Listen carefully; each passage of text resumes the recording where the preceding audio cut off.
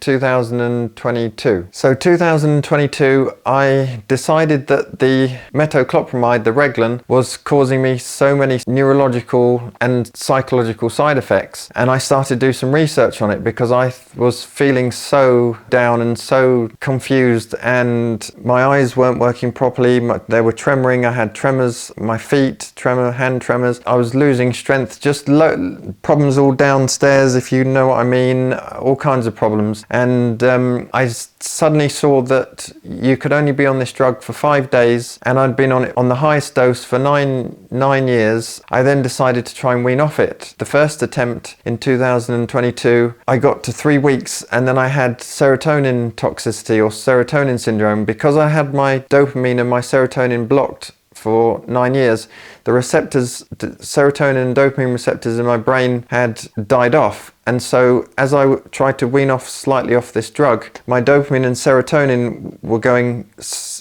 astronomically, abnormally high, and my receptors couldn't get the dopamine and serotonin out of my brain through different parts of my brain to throughout my body. So as I started to lose ability to walk and started going out of my mind, I managed to take an overdose of the metoclopramide to try and reverse the problem and try and get my dopamine and serotonin back down to switch it off. I spent about 20 hours in my bed going out of my mind. I tried to go to the toilet at one point, but I couldn't walk, I couldn't control my body. I was hysterically crying, I was thrashing around, I had uncontrollable movements, and I was extremely scared. But I wasn't scared of anything, because I should have called an ambulance, but I couldn't, because I didn't really know where I was or what I was doing, because my dopamine and serotonin was so high, I was completely out of my mind. But because I overdosed on the metoclopramide, it gradually, over 20 hours, got me out of that problem